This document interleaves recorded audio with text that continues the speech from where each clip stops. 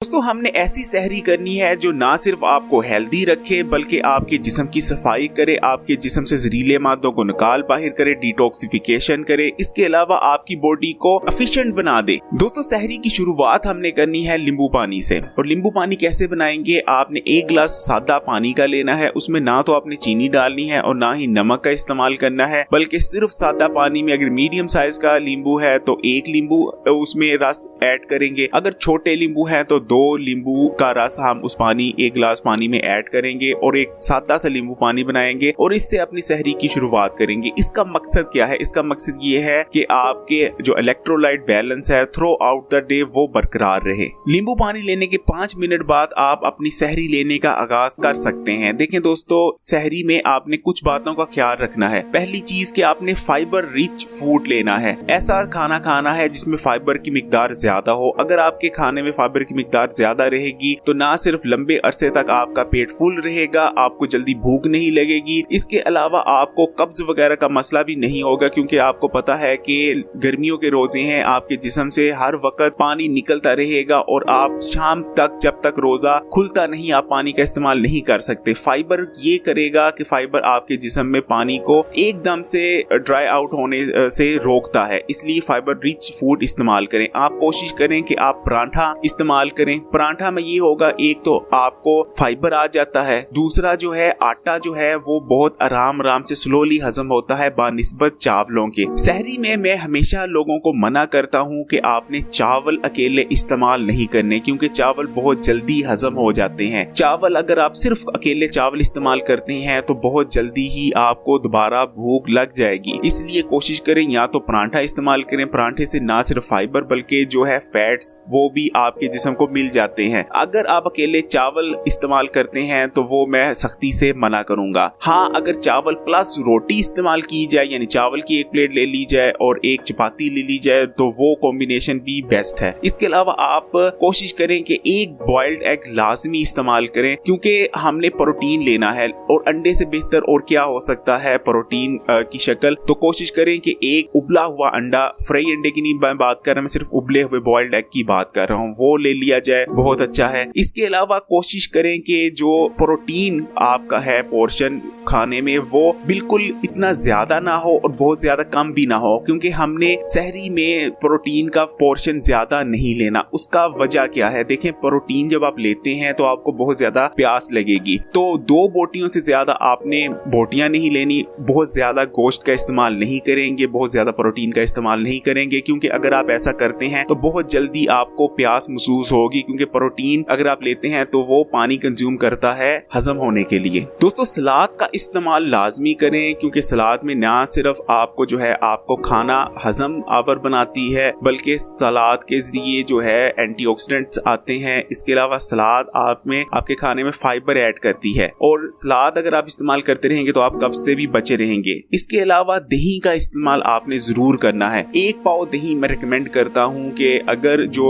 एक आपको कोई और मतलब इशू नहीं है मेडिकल, तो 1 पाव दही आपने जरूर खाने के साथ इस्तेमाल करना है। खाना स्टार्ट होते साथ ही आपने दही रख लेना है। अगर आप खाने के आखिर में दही इस्तेमाल करते हैं तो वो भी ठीक है, कोई मसला नहीं है, लेकिन मैं रिकमेंड करता हूँ जैसे जैसे आप खाना खाते जाएं चमची रख लीजिए दही के साथ, और साथ साथ 1 चमची नवाले के बाद आपने दही की इस्तेमाल कर लीजिए तो बहुत अच्छा होता है। दही क्या करता है? दही दोस्तों आपको थ्रू आउट द डे प्यास नहीं लगने देता। अगर सहरी में दही का इस्तेमाल कर लेंगे तो आपको प्यास की शिद्दत बहुत कम लगेगी। अब मैं आपको एक राज की बात बताने जा रहा हूँ, ये अगर आप काम कर लेते हैं सहरी में तो यकीन मानने आपको भूख अफ्तारी तक नहीं महसूस होगी। इंशाल्लाह जितना मर्जी हैक्टिक काम करें, जैसा मर्जी काम करें, लेकिन ये जो चीज है ये वही लोग इस्तेमाल करें जिन्होंने पूरा दिन जागना है और कोई ना कोई काम करना है, मूवमेंट करनी है। लेकिन अगर आपने सहरी करने के बाद सो जाना है तो ये बिल्कुल इस्तेमाल ना करें। मैं बात कर रहा हूँ 1 मुट्ठी ड्राई फ्रूट की। जी हाँ दोस्तों, ड्राई फ्रूट में आप कुछ भी ले सकते हैं, बेशक बादाम ले लीजिए, पिस्ता ले लीजिए, बेशक तमाम ड्राई फ्रूट मिक्स करके रख लीजिए और एक मुट्ठी आपने सहरी में ड्राई फ्रूट की इस्तेमाल कर लेनी है। तो इंशाल्लाह ताला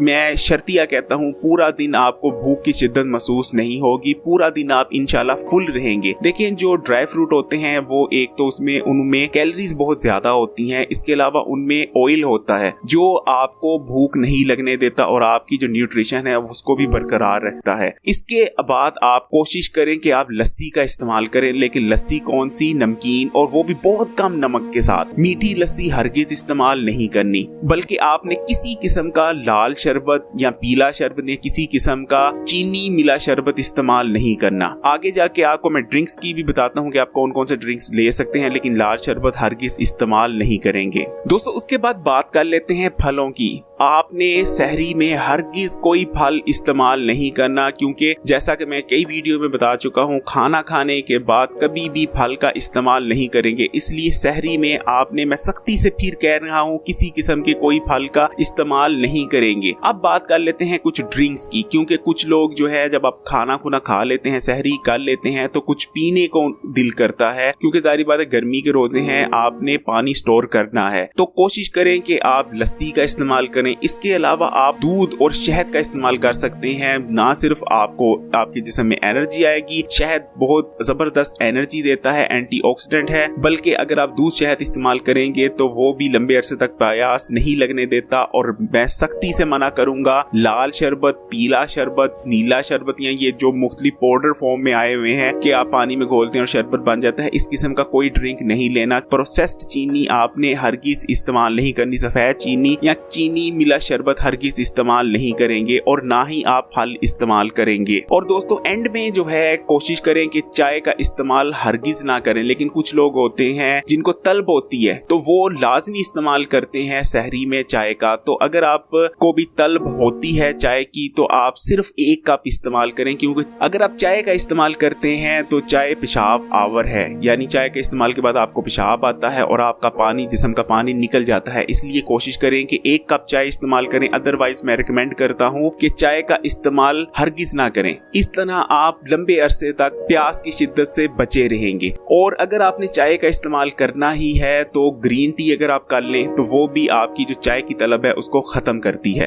तो दोस्तों ये था सहरी का एक प्लान। इसमें हमने अपने सिस्टम को ओवरलोडेड नहीं करना, ना ही हमने कोशिश करनी है कि अपना पेट लबालब भर लें। हमने पेट रख के सहरी करनी है, और ना ही कोशिश करनी है कि इतना पानी पी लिया जाए कि पानी बाहर आए, क्योंकि दोस्तों जितना आप ज्यादा पानी पीते हैं उतना ही जल्दी आप डिहाइड्रेट भी हो जाते हैं। जी हाँ, बिल्कुल मैं बात कर रहा हूँ एक साथ पानी पीने की। अगर आप एक साथ 4 गिलास पानी पी लेते हैं तो उतना ही ज्यादा आपको पेशाब आता है और चारों के 4 गिलास एक साथ निकल जाते हैं। इसलिए कोशिश करें कि सहरी में आप 4 गिलास अगर पानी पीना चाहें तो इससे अच्छी और क्या बात हो सकती है, लेकिन आराम आराम से पिए, घूंट घूंट आधा आधा गिलास करके पिए, ताकि पानी आप में जो है एकदम स्टोर ना हो और एकदम निकल ना जाए। सहरी करने के बाद नमाज अदा करें और कोशिश करें कि थोड़ा वॉकिंग करें और उसके बाद कुछ नींद ले ली जाए तो और ज्यादा बेहतर हो जाता है। दोस्तों सहरी के बाद बारी आती है अफ्तारी की। तो अब बात करते हैं अफ्तारी में आपको क्या क्या करना है। देखें दोस्तों, जैसा कि मैंने आपको कहा था, आपने सहरी में अपने जिस्म को, अपने सिस्टम को हैवी नहीं करना। इसी तरह अफ्तारी में भी कोशिश करना है कि अपने सिस्टम को हमने ओवरलोडेड नहीं करना। आप क्या करें कि जैसे ही रोजा खुले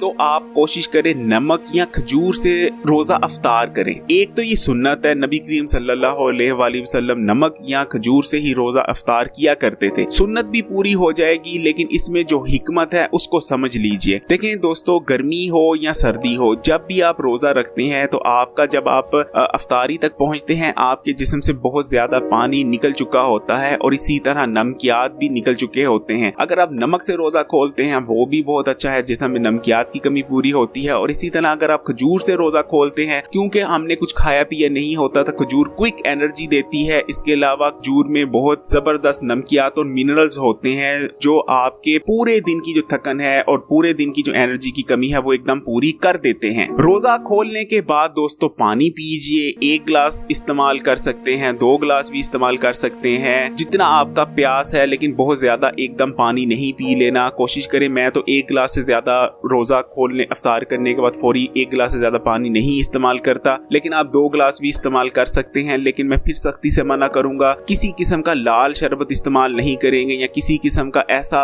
मशरूब इस्तेमाल नहीं करेंगे जिसमें सफेद चीनी का इस्तेमाल किया गया हो, क्योंकि पूरा दिन आपने कुछ नहीं खाया, आपका जो मैदा है बिल्कुल खाली है। उसमें शुरू में ही अगर आप प्रोसेस्ड शुगर यानी सफेद चीनी अपने मैदे को दे देते हैं और आपका मैदा उससे एनर्जी हासिल करने लग जाता है, एक तो आप मुख्तलिफ मसाइल में मुब्तला होंगे, दूसरा आपका मेटाबॉलिज्म रेट गिर जाएगा। इसलिए सफेद चीनी हरगिज इस्तेमाल नहीं करेंगे। दूध और शहद का इस्तेमाल कर सकते हैं, यानी दूध में आप शहद मिला के इस्तेमाल करें या लस्सी का इस्तेमाल कर लिया जाए तो वो भी बहुत अच्छा है। दूसरी चीज जो मैं मना करूंगा, और पाकिस्तान में ये बहुत ज्यादा की जाती है दोस्तों, हम पकोड़े खाते हैं, हम समोसे खाते हैं। देखें समोसा क्या है, समोसा दोस्तों घी में तला हुआ, यानी उसमें ऑयल ही ऑयल है। और दूसरी चीज उसमें दोस्तों रिफाइंड आटा है, सफेद मैदा है, जो आपके खाली अगर आप मैदे में उतारते हैं तो दोस्तों आपका जो हाजमे का निजाम है उसको तबाह कर देता है। और कभी भी आप पकोड़े या समोसे इस्तेमाल ना करें। अब ये ना सोचें कि सदियों से इस्तेमाल होते आए हैं पाकिस्तान और हिंदुस्तान में, तर्क कर दीजिए इस आदत को। और दूसरी चीज आपको जो मैं रिकमेंड करूंगा वो है कि जैसे ही आप रोजे अफ्तार करें आप फलों का इस्तेमाल करें। दोस्तों फल बहुत अच्छे हैं, फल, क्योंकि दोस्तों आपने अफ्तारी के फौरी बाद कोई ऐसी चीज नहीं खानी चाहिए जो बहुत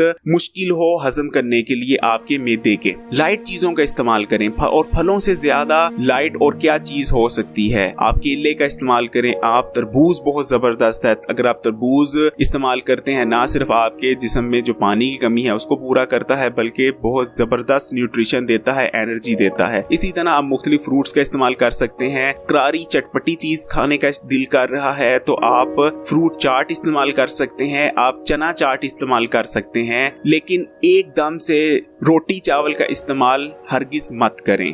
दोस्तों फल खाने के बाद नमाज अदा कीजिए, उसके कम से कम आधा घंटा बाद आपने खाना है रात का। देखिए एक चीज याद रखिए कि फलों के फौरन बाद अगर आप खाना शुरू कर देंगे तो वो आपके सिस्टम को हैवी कर देगा और आपके हाजमे के निजाम को खराब कर देगा। लेकिन आपने कोशिश करनी है कि जैसे ही आप अफ्तारी करें फलों से, जैसे मैंने आपको बताता चला आ रहा हूँ, तो आप आधा घंटा फासला रखें रात के खाने से।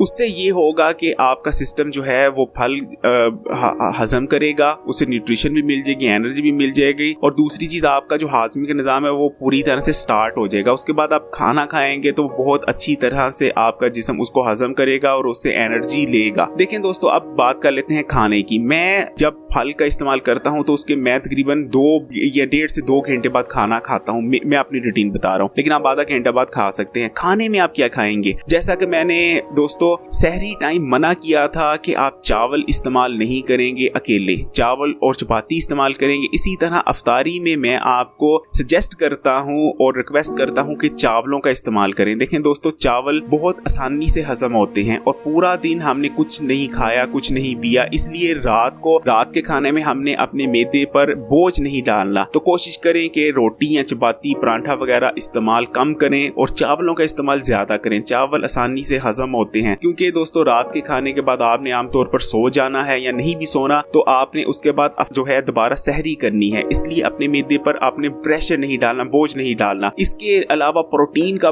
ज्यादा इस्तेमाल करने की कोशिश करें अफ्तारी में। प्रोटीन आपकी जिस्म को न्यूट्रिशन देते हैं, आपको प्रोटीन की कमी नहीं होनी चाहिए, और प्रोटीन खाएंगे तो आपका मसल मास भी डेवलप होगा। इसके अलावा सलाद लाजमी इस्तेमाल करनी है आपने। लाइट सा खाना खाएं, उसके बाद फारग हो जाएं, आधा घंटा कुछ ना करें, बिल्कुल बैठ जाएं, क्योंकि खाने के कुछ लोग फौरन बाद चहलकदमी शुरू कर देते हैं। ऐसा करने से आपका हाजमे का निजाम खराब होकर रह जाता है। आधा घंटा बिल्कुल बैठे रहें, अल्लाह की इबादत करें, ठीक है। उसके बाद आप थोड़ी बहुत ही चहलकदमी करें तो वो बहुत अच्छा रहता है। इसके अलावा आपने रात के खाने के बाद ग्रीन टी का इस्तेमाल लाजमी करना है। मैं तो 2 कप ग्रीन टी इस्तेमाल करता हूँ। बेशक अगर आप नॉर्मल जो चाय या कॉफी होती है वो भी इस्तेमाल कर सकते हैं। जारी बात है पूरा दिन जो है आपने कुछ खाया पिया नहीं है, तो जो लोग चाय पीते हैं या कॉफी पीना पसंद करते हैं उनको बहुत शदीद तलब होती है, तो पूरी कर लीजिए अपनी तलब। तो दोस्तों ये एक नॉर्मल सा प्लान था जो मैं रमजान में खुद भी फॉलो करता हूँ और आप तमाम लोगों को सजेस्ट करता हूँ कि आप ये प्लान फॉलो करें। दोस्तों, हमने अपने सिस्टम को